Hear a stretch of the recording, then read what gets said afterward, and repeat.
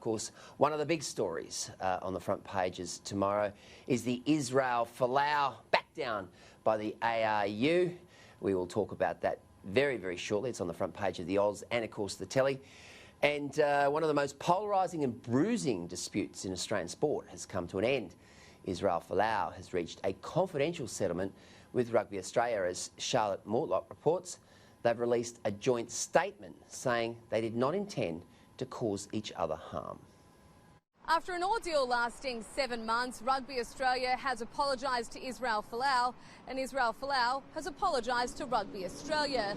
The two parties reaching a confidential settlement after 2 days locked in mediation. Folau was seeking $14 million in compensation from his former employer, claiming he was unlawfully sacked in May. Rugby bosses ripped up the star player's $4 million contract after he posted a series of controversial posts on social media, including that homosexuals, among others, would go to hell if they did not repent. But it seems all is now forgiven between the former warring parties. In a joint statement, Rugby Australia acknowledges and apologises for any hurt or harm caused to the Folaus. Similarly, Folau did not intend to hurt or harm the game of rugby and acknowledges and apologises for any hurt or harm caused. We started this journey on behalf of all people of faith to protect their rights of freedom of speech and religion. We now look forward to the federal government enacting the legislation necessary to further protect and strengthen these rights for all Australians. It's unlikely the statement will put an end to the huge media attention surrounding this case.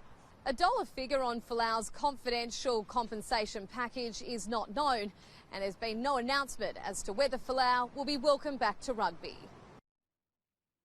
Well, there you go, Mike Jeffries. If we have a look at the front of the Oz, you can see there, rugby's apology vindicates me, says Folau.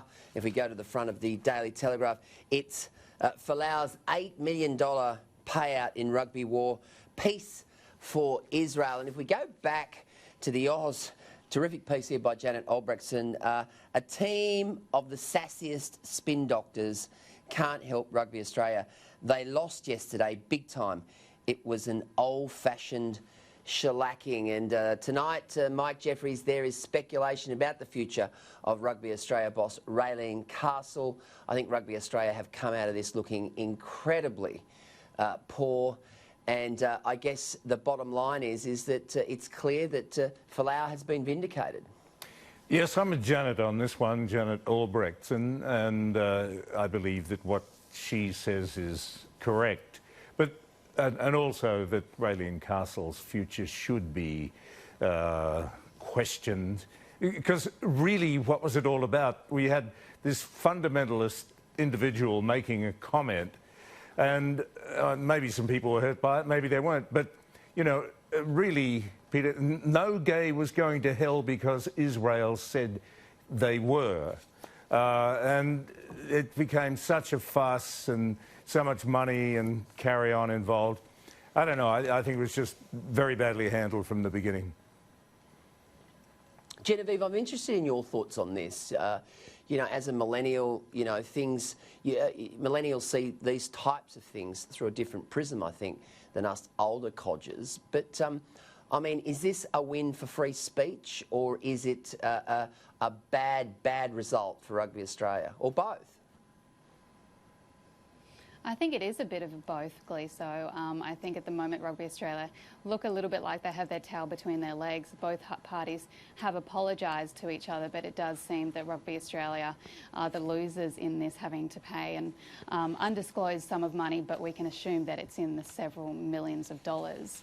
However, I don't think that all is lost. I think that it was important for them to take some kind of stand and show that the social media posts that Israel Folau posted, you know, take a stand and say that that's not their view, they want rugby to be inclusive for all people. And I think that was important for the game, that they showed that. Whether or not going down this long, protracted legal battle was the right move, I think in hindsight probably not.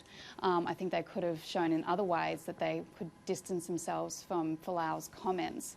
But I think that, yeah, at the end of the day, I think they'll look back in hindsight and think that perhaps they got in over their head in launching this legal battle, which really, at the end of the day, did not go their way.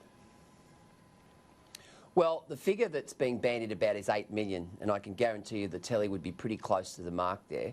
That's for sure. The other thing I've noticed in all of this is that Folau was very quickly on the front foot, put out something on YouTube, beaming, smiling as he came out. And of course, his PR people have really got very quickly out of the blocks on this. We haven't heard a thing from Rugby Australia. So as far as the court of public opinion, it's very clear that the Falaus have come out on top thus far.